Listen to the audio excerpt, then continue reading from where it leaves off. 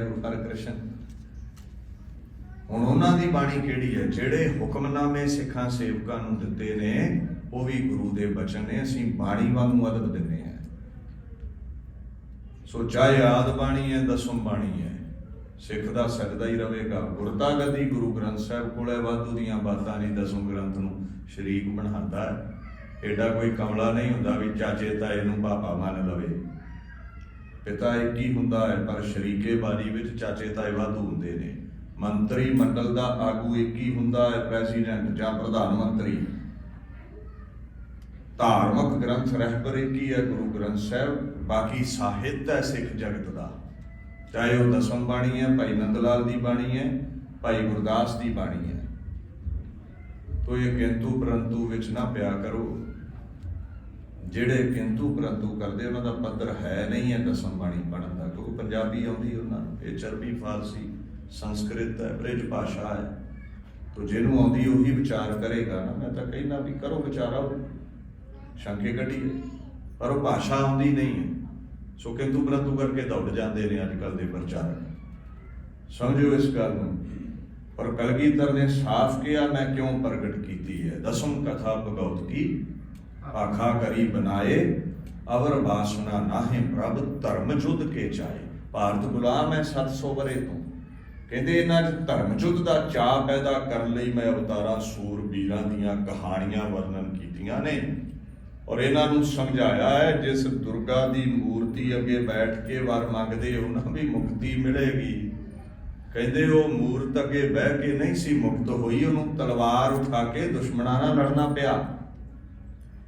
ਜਿਸ ਰਾਮਚੰਦਰ ਮਹਾਰਾਜ ਦੀ ਮੂਰਤੀ ਅੱਗੇ ਬਹਿ ਕੇ ਕਹਿੰਦੇ ਉਹ ਗੁਲਾਮੀ ਕੱਟੋ, ਉਹਨਾਂ ਨੂੰ ਧਨੁਖ ਲੈ ਕੇ ਰਾਵਣ ਨਾਲ ਲੜਨਾ ਪਿਆ। ਜਿਸ ਕ੍ਰਿਸ਼ਨ ਦੇਵ ਅੱਗੇ ਬੈਠ ਕੇ ਤਰਲੇ ਲੈਂਦੇ ਹੋ ਮਹਾਰਾਜ ਮੁਕਤੀ ਦਿਓ, ਉਹਨਾਂ ਨੂੰ ਕੰਸ ਨਾਲ ਲੜਨਾ ਪਿਆ। ਤੇ ਜਿੰਨਾ ਚਿਰ ਸ਼ਸਤਰ ਨਹੀਂ ਚੁੱਕਦੇ, ਧਰਮ ਯੁੱਧ ਦੀ ਵਾਸ਼ਨਾ ਨਹੀਂ ਪੈਦਾ ਕਰਦੇ, ਮੁਕਤੀ ਨਹੀਂ ਮਿਲਣੀ। ਕੰਡਿਆਂ ਦਾ ਜਵਾਬ ਕੰਡੇ ਦੇ ਸਕਦੇ ਨੇ, ਕੋਮਲ ਫੁੱਲ ਵਿੰਨੇ ਜਾਂਦੇ ਨੇ। ਤੁਸੀਂ ਸ਼ਕਤੀ ਦਾ ਜਵਾਬ ਭਗਤੀ ਨਾਲ ਦੇਣਾ ਚਾਹੁੰਦੇ ਹੋ, ਗੱਲ ਨਹੀਂ ਬਣੇਗੀ।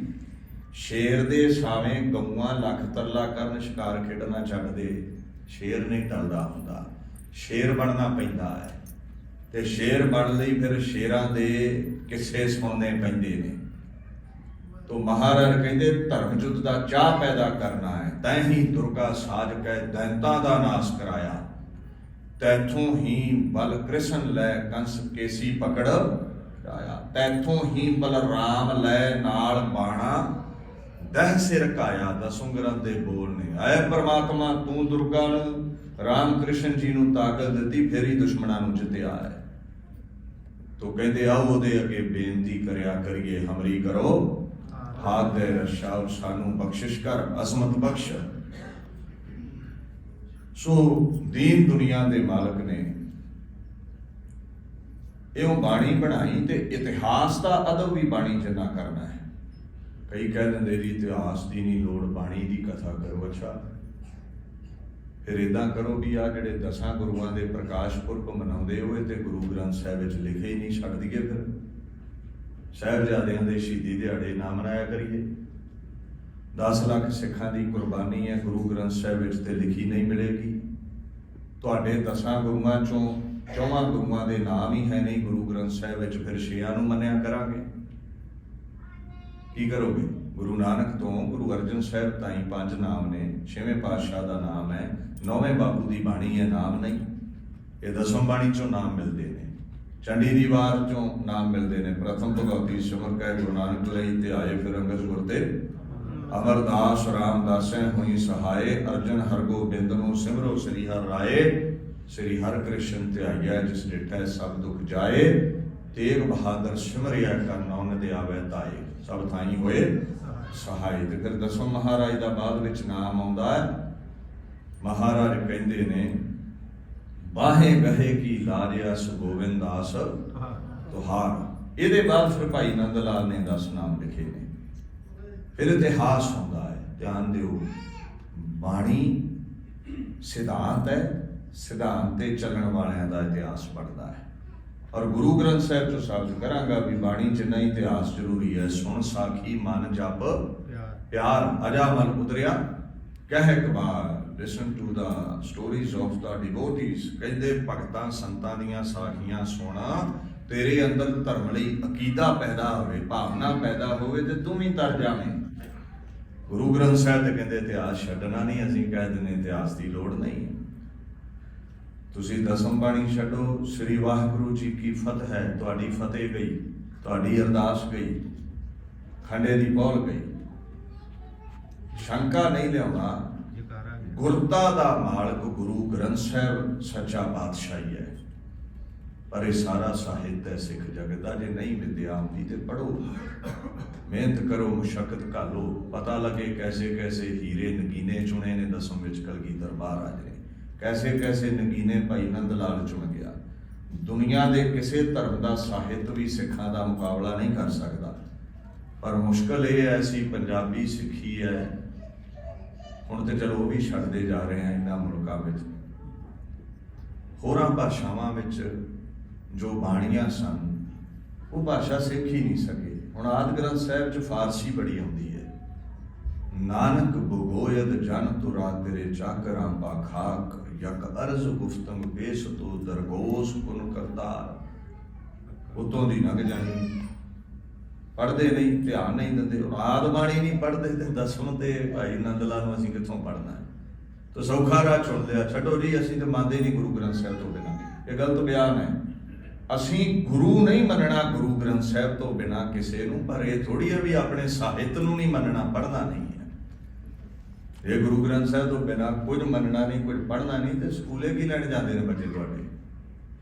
ਘਰ ਹੀ ਪਾ ਕੇ ਰੱਖੋ ਇਹਨਾਂ ਨੂੰ। ਸੋ ਇਹ ਵਾਧੂ ਦੇ ਸ਼ੰਕੇ, ਵਾਧੂ ਦੀਆਂ ਬਾਤਾਂ ਨੇ। ਦਸਮ ਗ੍ਰੰਥ ਵਿੱਚ ਹੀ ਲਿਖਿਆ ਹੈ ਵੀ ਸਿੱਖ ਧਰਮ ਵੱਖਰਾ ਹੈ। ਤੁਹਾਡੇ ਨਾਲ ਮੈਂ ਚਿੱਤਰ ਨਾਟਕ ਦੇ ਬੋਲ ਸਾਂਝੇ ਕੀਤੇ ਨੇ। ਔਰ ਸਿੱਖੀ ਦਾ ਫਲਸਫਾ ਕੀ ਹੈ? ਸਰਬ ਧਰਮ ਮਹਿ ਸ੍ਰੇਸ਼ਟ ਧਰਮ, ਹਰ ਕੋ ਨਾਮ ਜਪ ਨਿਰਮਲ ਕਰਮ। ਇੱਕ ਅਕਾਲ ਪੁਰਖ ਦੇ ਅਸੀਂ ਗੀਤ ਗਾਉਣੇ ਨੇ। ਇੱਕ ਮੈਂ ਨਾਲ ਹੋਰ ਬੇਨਤੀ ਕਰ ਦਵਾਂ,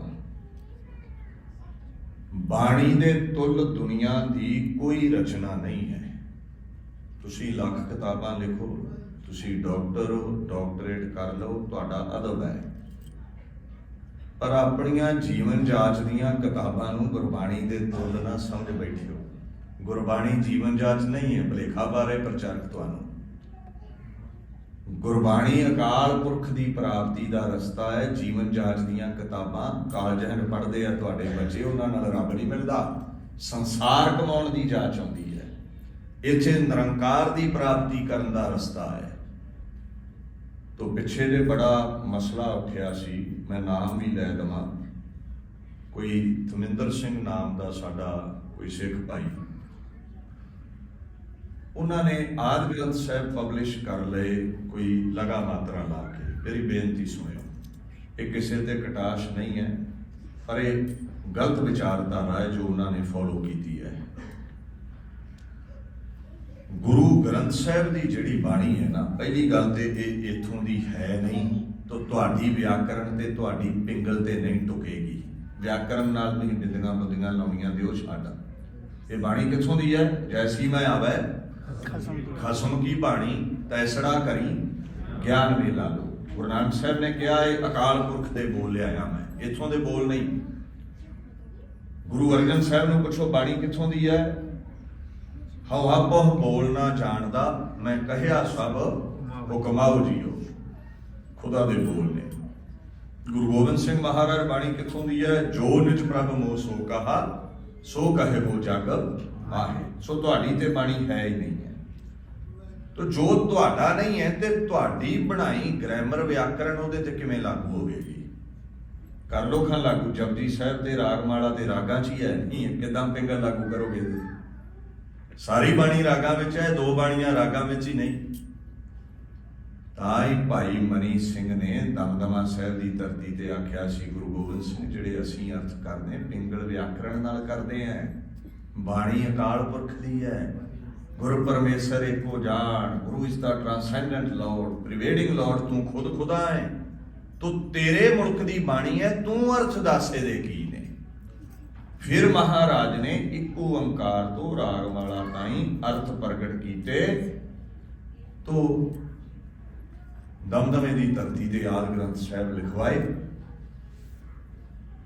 ਹੁਣ ਅਸੀਂ ਕੀ ਕਰ ਰਹੇ ਹਾਂ? ਅਸੀਂ ਅਜੋਕੇ ਸਮੇਂ ਅਨੁਸਾਰ, ਗ੍ਰਾਮਰ ਅਨੁਸਾਰ ਉਹਨੂੰ ਪਬਲਿਸ਼ ਕਰਨ ਲੱਗ ਪਏ ਹਾਂ। ਜੋ ਬੱਜਰ ਭਾਪ ਹੈ ਉਹ ਦੱਸਦਾ ਕਿਵੇਂ 10-20 ਸਾਲ ਤੱਕ ਹਰ ਭਾਸ਼ਾ ਹੀ ਬਦਲਦੀ ਹੈ, ਫਿਰ 10 ਸਾਲ, ਫਿਰ 10 ਸਾਲ ਤਬਦੀਲੀ ਆਉਂਦੀ ਹੈ ਭਾਸ਼ਾ ਵਿੱਚ।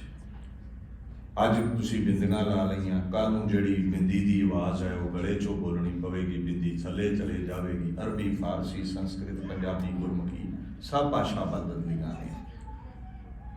ਜੇ ਤੁਸੀਂ ਕਿਸੇ ਕੁਰਾਨ ਤੇ ਅਕੀਦਾ ਰੱਖਣ ਵਾਲੇ ਮੁਸਲਮਾਨ ਨੂੰ ਆਖੋ ਵੀ ਤੁਹਾਡੀ ਕੁਰਾਨ ਦੀਆਂ ਆਇਤਾਂ ਅੱਜ ਕੱਲ੍ਹ ਦੀ ਫਾਰਸੀ ਦੇ ਮੇਲ ਨਹੀਂ ਖਾਂਦੀਆਂ, ਤੋ ਇਹ ਬਦਲੋ ਅਜੋਕੇ ਸਮੇਂ ਦੀ ਭਾਸ਼ਾ ਨਾਲ। ਉਹ ਕਹਿੰਦੇ ਨਹੀਂ, ਮੁਹੰਮਦ ਦੇ ਬੋਲ ਵੱਡਿਆਂ ਵਡੇਰਿਆਂ ਲਿਖੇ ਨੇ, ਭਾਸ਼ਾ ਫਿਰ ਕੱਲ੍ਹ ਨੂੰ ਬਦਲੇਗੀ ਤੇ ਫਿਰ ਅਸੀਂ ਕਾਫ ਗਾਫ ਡਾਉਂਦੇ ਫਿਰਾਂਗੇ, ਵਿਆਕਰਣ ਵਿੱਚ ਬਦਲਾਅ ਕਰਾਂਗੇ। ਤੋ ਇਹਨੂੰ ਅਸੀਂ ਇੱਦਾਂ ਹੀ ਰਹਿਣ ਦੇਣਾ ਹੈ। ਇੱਦਾਂ ਹੀ ਦੇਵ ਬਾਣੀ ਹੈ, ਵੇਦ ਨੇ ਹਿੰਦੂ ਵੀਰਾਂ ਦੇ, ਉਹ ਕਹਿੰਦੇ ਇਹ ਰੱਬੀ ਬੋਲ ਨੇ, ਵਿਆਕਰਣ ਨਹੀਂ ਚੱਲਦੀ ਇੱਥੇ।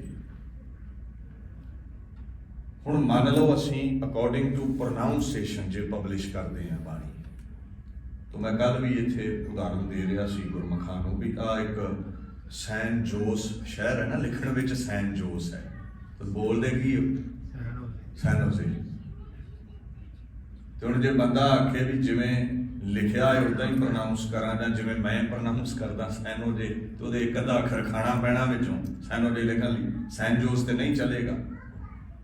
ਅਸਲ ਹੋਇਆ ਕੀ ਵੀ ਉਹ ਪ੍ਰੈਸ ਇੱਕੋ ਇਸ ਲਈ ਹੈ ਸ਼੍ਰੋਮਣੀ ਗੁਰਦੁਆਰਾ ਪ੍ਰਬੰਧਕ ਕਮੇਟੀ ਕੋਲ ਵੀ ਜਿਹੜੀ ਇਹ ਬਾਣੀ ਹੈ ਨਾ, ਜਿਵੇਂ ਹਿੰਨ ਬਿੰਨ ਭਾਈ ਮਨੀ ਸਿੰਘ, ਬਾਬਾ ਦੀਪ ਸਿੰਘ, ਭਾਈ ਗੁਰਦਾਸ ਹੋਣਾ ਲਿਖੀ ਹੈ ਉੱਦਾਂ ਹੀ ਪਬਲਿਸ਼ ਕਰੋ।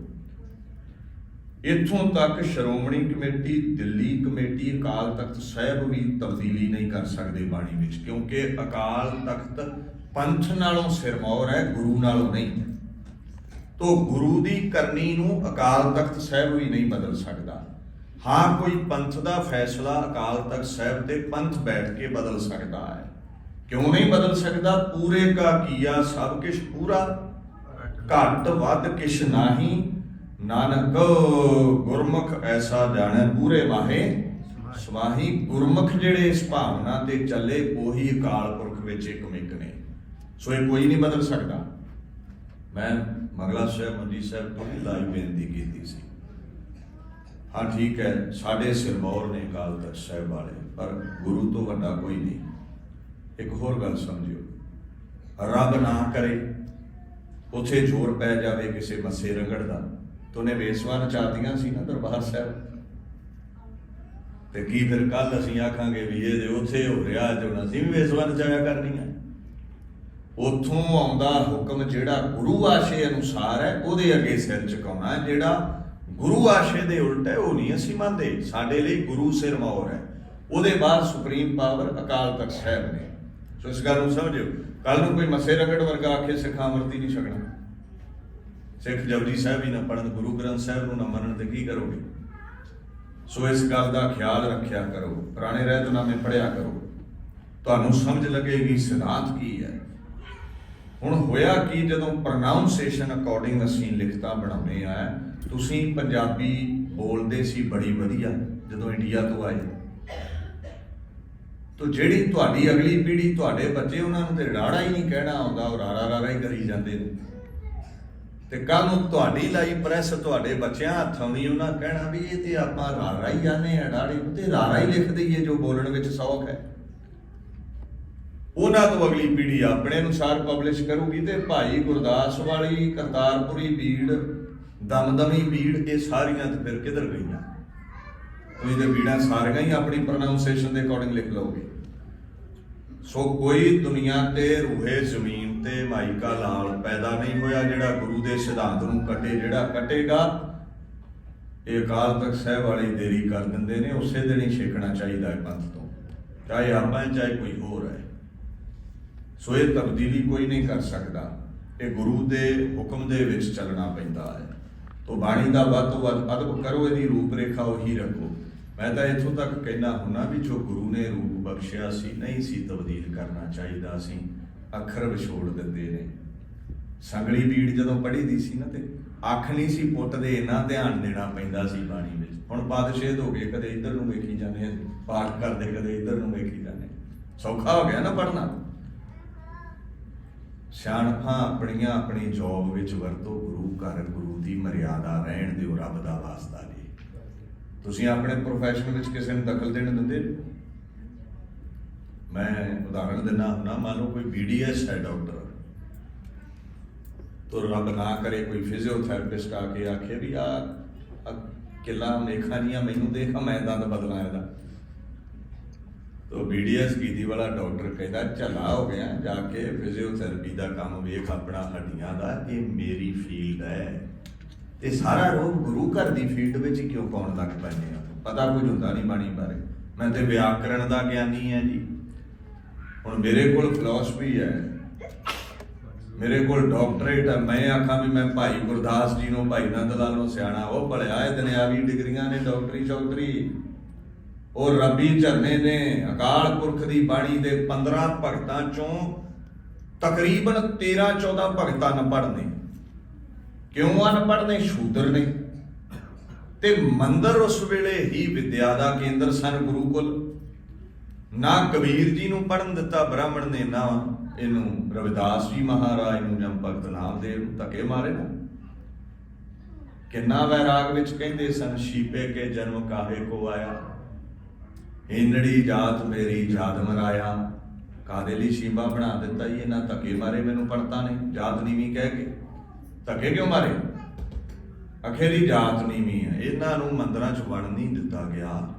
ਜਦੋਂ ਗੁਰੂ ਗ੍ਰੰਥ ਸਾਹਿਬ ਵਿੱਚ ਇਹਨਾਂ ਦੇ ਬੋਲ ਪੜ੍ਹਦੇ ਆ, ਸੰਸਕ੍ਰਿਤ ਦੇ ਏਡੇ ਮਹਿੰਗੇ ਬੋਲ ਨੇ ਜਿਹੜੇ ਬ੍ਰਾਹਮਣਾਂ ਨੂੰ ਨਹੀਂ ਆਉਂਦੇ। ਇਹ ਕਿੱਥੋਂ ਆ ਗਈ ਬਾਣੀ? ਇਹ ਇੱਥੋਂ ਦੀ ਹੈ ਹੀ ਨਹੀਂ ਹੈ, ਰੱਬੀ ਝਰਨੇ ਨੇ ਜੋ ਭਗਤਾਂ ਰਾਹੀਂ ਫੁੱਟ ਪਏ ਬਸ। ਤੋ ਜਿਨ੍ਹਾਂ ਦੁਨਿਆਵੀ ਵਿਦਿਆ ਪੜ੍ਹੀ ਨਹੀਂ ਤੇ ਉਹਨਾਂ ਦੀ ਬਾਣੀ ਤੇ ਦੁਨਿਆਵੀ ਵਿਆਕਰਣ ਕਿੱਥੋਂ ਲਾਗੂ ਕਰ ਲਓਗੇ ਤੁਸੀਂ?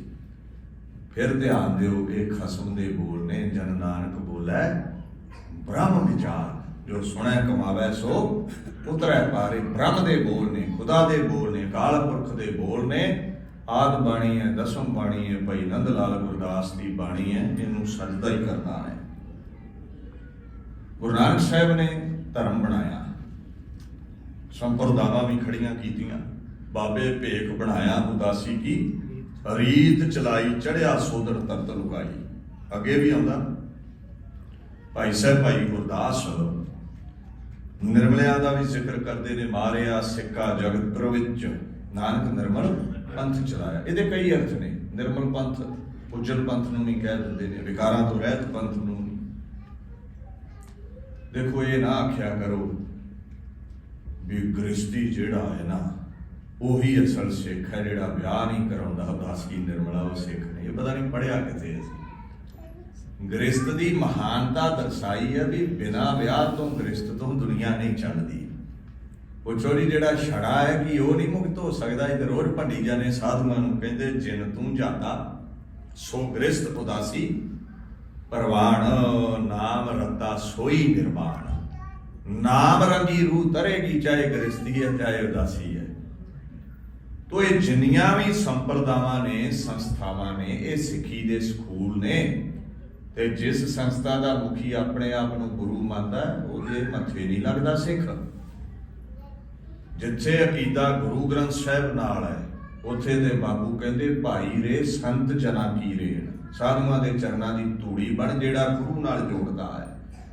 तो मैं संप्रदावां का जिक्र इस ਲਈ ਕੀਤਾ ਹੈ।